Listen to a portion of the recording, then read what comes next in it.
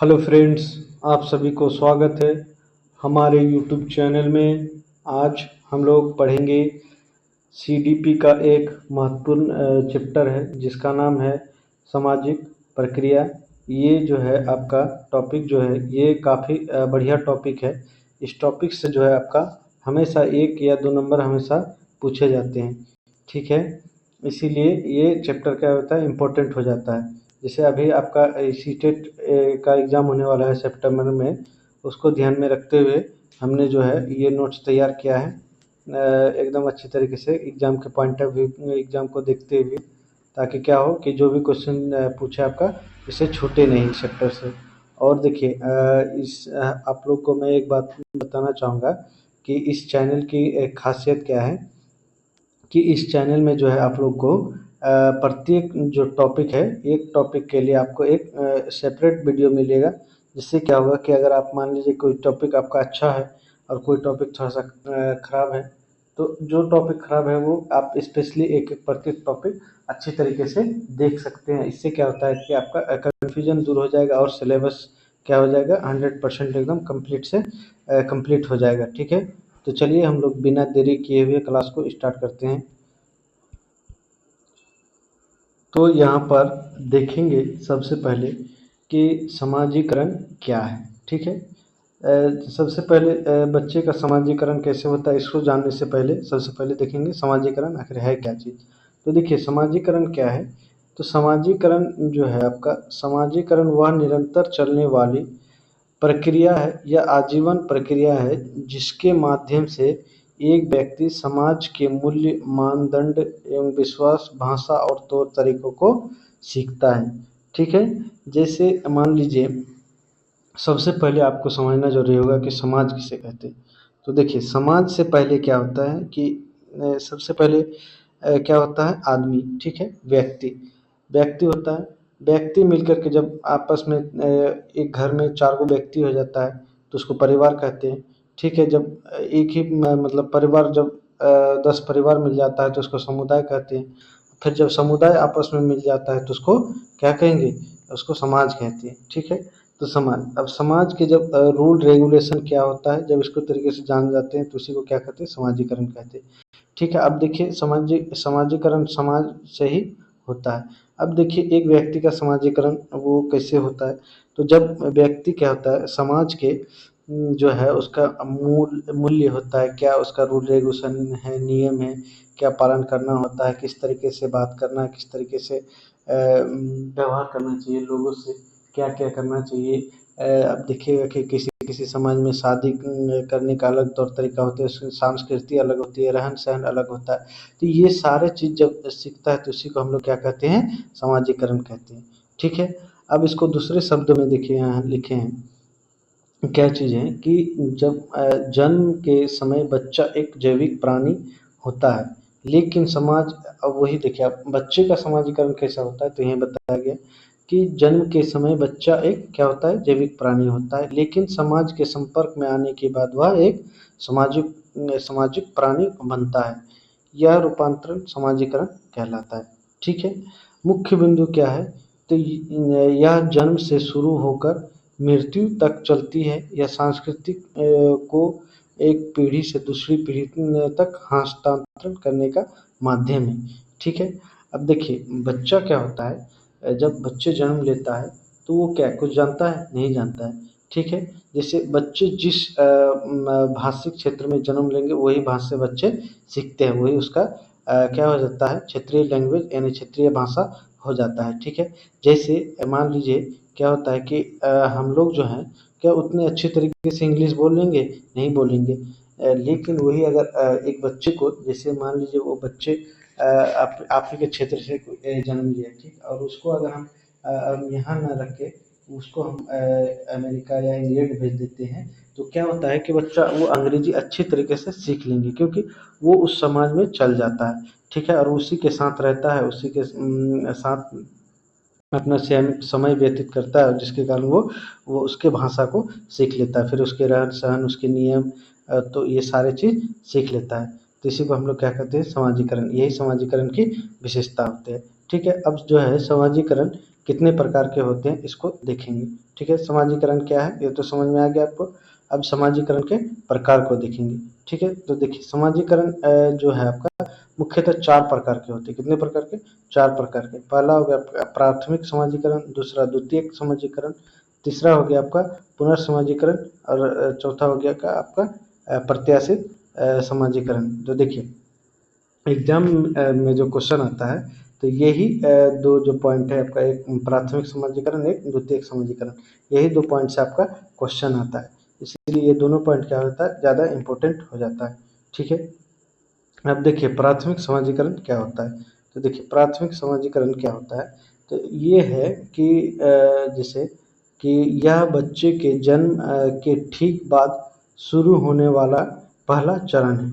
इसे हम मुख्य एजेंसी में, जो मुख्य एजेंसी होता है इसका प्राथमिक समाजीकरण का, तो उसका मुख्य एजेंसी कौन होता है? फैमिली, परिवार और माता पिता बच्चों के सबसे पहले बोलना, खाना, चलना सिखाता है। यही सबसे गहन चरण होता है। ठीक है, जैसे प्राथमिक समाजीकरण में क्या होता है कि देखिए जब बच्चा जन्म लेता है तो सबसे पहले कहाँ रहता है? तो अपने मम्मी पापा के साथ रहता है, दादा दादी फैमिली के साथ रहता है। ठीक है, तो जब फैमिली के साथ रहता है तो उसी के साथ रहेगा तो उसी की भाषा सीखेगा, उसी से हर नियम तौर तरीका सारा चीज़ सीखेगा। तो ये जो सारा चीज़ सीखता है तो इसी को हम लोग क्या कहते हैं? प्राथमिक समाजीकरण कहते हैं। तो प्राथमिक समाजीकरण का मुख्य एजेंसी कौन होता है? तो आपका फैमिली हो जाएगा।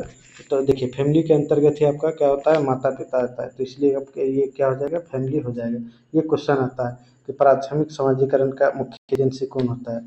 ठीक है, ये एग्जाम में आता है हर साल। एक ना एक बार इसे पूछ ही देता है कि प्राथमिक समाजीकरण का मुख्य एजेंसी कौन है, द्वितीय समाजीकरण का मुख्य एजेंसी क्या है, दोनों पूछ देता है। ठीक है, अल्टरनेट करके, इसलिए दोनों इम्पोर्टेंट हो जाता है। तो आपको प्राथमिक समाजीकरण समझ में आ गया। अब नेक्स्ट होता है कि अब बच्चे जैसे अब बड़ा हो गया, तो बड़ा हो गया तो अब उसके बाद कहाँ जाएगा? स्कूल जाएगा। तो स्कूल जाएगा तो स्कूल जाने के बाद उसका फिर वहाँ पर उसके रूल रेगुलेशन सीखेंगे। तो देखिए द्वितीय समाजीकरण में क्या है, तो देखिए द्वितीय समाजीकरण को गौण समाजीकरण भी कहते हैं। ठीक है, देखिए इसका परिभाषा क्या है कि जब बच्चा परिवार से बाहर निकलकर बाहरी दुनिया के संपर्क में आता है तो उसे ही द्वितीय समाजीकरण कहते हैं। इसकी मुख्य एजेंसियाँ क्या है? आपका विद्यालय हो गया, सहपाठी हो गया, मीडिया हो गया, पड़ोस हो गया, खेल हो गया, खेल का मैदान हो गया। ठीक है, ये सारे आपका द्वितीय समाजीकरण का एजेंसी है, यानी उदाहरण है। ठीक है, तो देखिए जब छोटा बच्चा रहता है तो वो परिवार में रहता है, वो दोस्त क्या ये वो उसको कोई मतलब नहीं रहता है, वो जानता भी नहीं है। तो जब वो बड़ा होने लगता है तो बड़ा होता है तो देश दुनिया देखता है, बाहर आता है तो स्कूल जाता है तो दोस्त बनता है, तो दोस्त से बातचीत करता है, एक दूसरे से सीखता है, अपने बिहेवियर सीखता है। ठीक है, एक दूसरे को देख करके फिर थोड़ा सा बड़ा होता है तो जितने मान इसमें परिवार को छोड़ के जितना सारा चीज़ है दुनिया में, सब आपका क्या होता है? अगर उससे आपका कुछ विकास होता है, समाजीकरण के समाज का विकास होता है तो सारा का सारा आपका क्या हो जाएगा? द्वितीय समाजीकरण होगा। ठीक है, और इसमें क्या होता है कि नियम, जो सबसे ज़्यादा नियम है आपका चलने के लिए, तो इस रूल रेगुलेशन तो सारा आपका ये द्वितीयक समाजीकरण में सीखता है। देखिए यहाँ क्या है कि यहाँ बच्चा औपचारिक नियम, सहयोग और समाज के बड़े दायरे के तौर तरीकों को सीखता है। ठीक है, समझ में आ गया। अब है आपका पुनर्समाजीकरण। ठीक है, अब अगेन आपका पुनर्समाजीकरण होगा। तो इसमें क्या होता है कि जब व्यक्ति अपने पुराने मूल्यों और व्यवहारों को पूरी तरह छोड़कर नए समाज या संस्कृति के अनुसार खुद को ढालता है। जैसे उदाहरण के तौर पर देखिए सेना में जाने पर अनुशासन वाली नई जीवन शैली। जैसे क्या होता है कि आप जैसे कि जैसे परिवार में थे तो परिवार के तौर तरीके से सीखे। अब थोड़ा सा बड़े हुए तो स्कूल गए तो स्कूल के अपने अनुसार सीखे। अब मान लीजिए कि अब स्कूल और क्या होता है कि परिवार को छोड़कर कहीं अन्य जगह कहीं आप नौकरी में चले गए, जैसे अभी टीचर का नौकरी कीजिएगा तो या उसमें तो है कि अपने हिसाब से चलता है, लेकिन आर्मी जो है उसका डिसिप्लिन जो है बड़ी एकदम अच्छे तरीके से होता है। तो वहाँ जो होता है सेना का अनुशासन, फिर उसके अनुसार आपको अपने आप को ढलना होता है। तो ये आपका क्या हो जाता है, फिर से आपका क्या होता है, पुनर्समाजीकरण होता है। मतलब वहाँ फिर जाते हैं तो फिर नए तरीके से आपको हर चीज़ उसके रूल रेगुलेशन नियम, कैसे चलना है, कैसे रहना है, कैसे बात करना है, कैसे सीनियर के साथ पेश आना है, सारा चीज़ आपको वहाँ पर सीखता है। तो ये आपका क्या हो गया, फिर से आपका समाजीकरण हो रहा है। ठीक है, समझ में आ गया। अब नेक्स्ट है आपका प्रत्याशित समाजीकरण। क्या चीज़ है, प्रत्याशित समाजीकरण।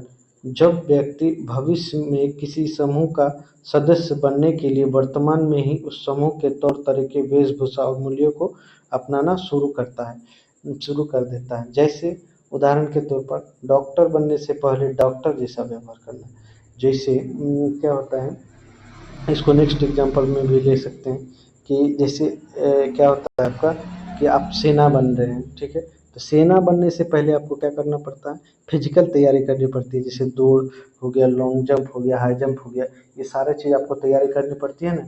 ठीक उसी प्रकार तो ये कहीं ना कहीं आपको सेना बनने के लिए तैयारी करना पड़ता है, उसी उसके अनुसार व्यवहार करना पड़ता है। उसी प्रकार ठीक जैसे डॉक्टर बनने से पहले डॉक्टर की तरह व्यवहार करना पड़ता है।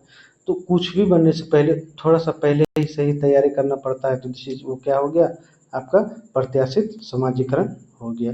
समझ में आ गया, समाजीकरण के प्रकार आपको समझा दिए। अब है आपका नेक्स्ट है कि समाजीकरण की मुख्य एजेंसियां कौन कौन सी हैं।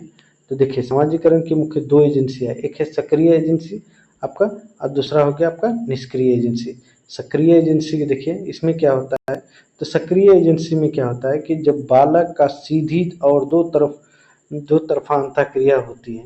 ठीक है, इसमें क्या होता है कि आपका जैसे इसमें जैसे वो समाजीकरण होता है, तो इसमें समाज की भी महत्वपूर्ण भागीदारी होता है। जितना समाज हिस्सा लेगा करने में, उस बच्चे को सिखाने में, उतने बच्चे भी उसमें हिस्सा लेंगे। इसमें दोनों तरफ से हिस्सा लेता है। इसे ही हम क्या कहते हैं, सक्रिय सक्रिय एजेंसी। इसके जैसे कि हम क्या करते हैं, मान लीजिए अच्छा सा आपको एग्जांपल लेते हैं।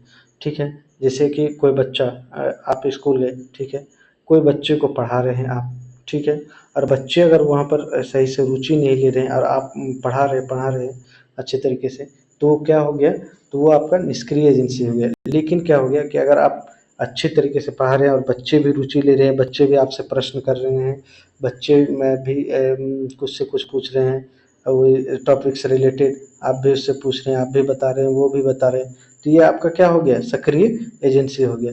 इसमें कुछ आपका एग्जाम्पल दिया गया है। जैसे सक्रिय एजेंसी के उदाहरण कौन है, परिवार।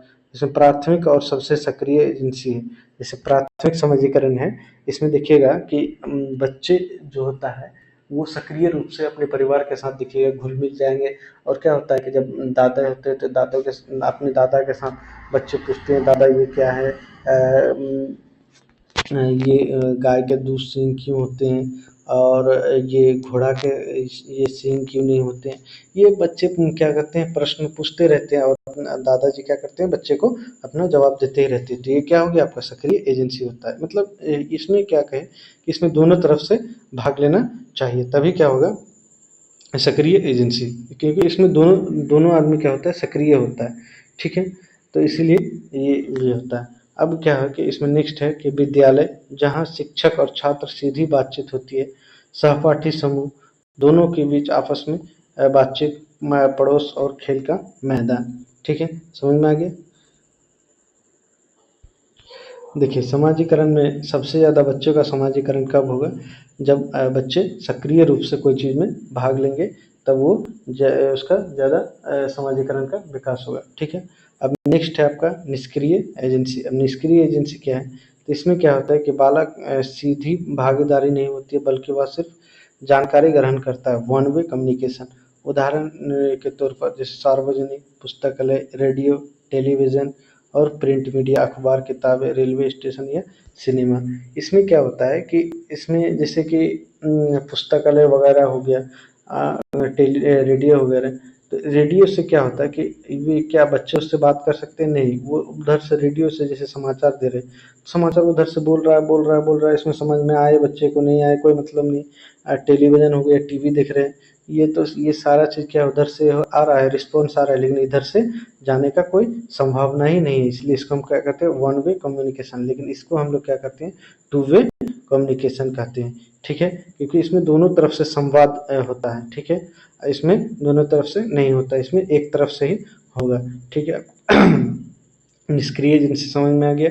अब जो है आपका नेक्स्ट आपका ये है कि समाजीकरण के प्रमुख सिद्धांत और कारक कौन कौन से समाजीकरण के सिद्धांत है इसको देखेंगे। तो देखिए क्या है, सबसे पहले कोहलबर्ग और जीन पियाजे, ये दोनों जो है आपका ये आपका शायद मनोवैज्ञानिक है।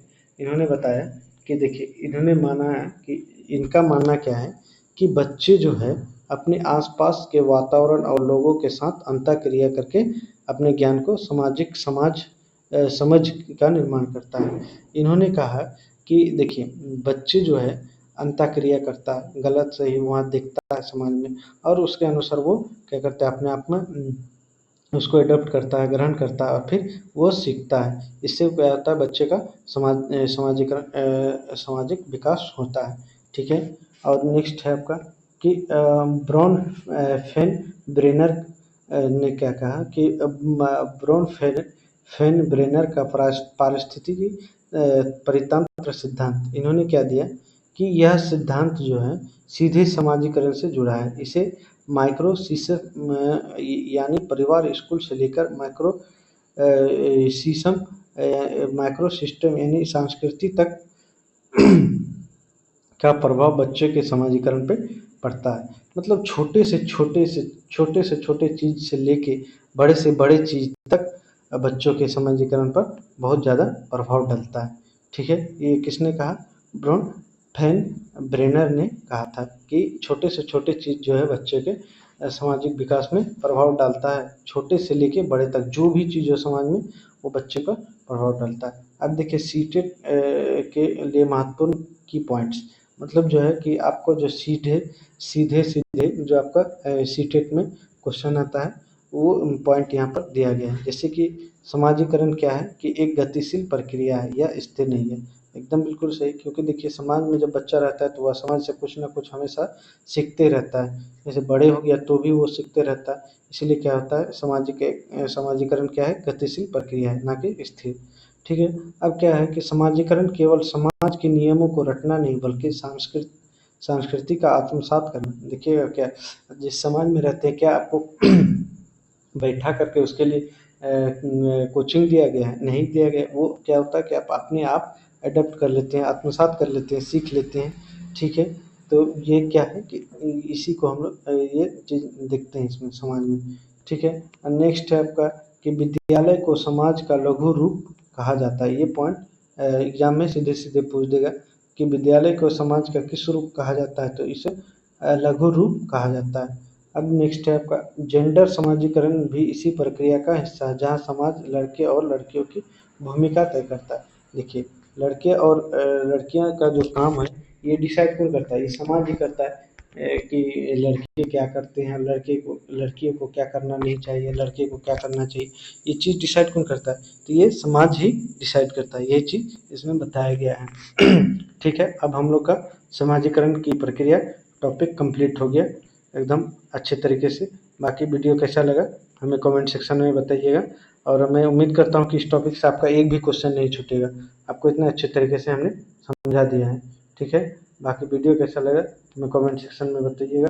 तब तक के लिए धन्यवाद। अगर वीडियो अच्छे लगे तो दोस्तों के साथ लाइक शेयर कीजिएगा, और आप भी इसको सब्सक्राइब कर लीजिएगा ताकि आपको फिर से नए वीडियो तुरंत आपके पास पहुंच जाए। तब तक के लिए धन्यवाद।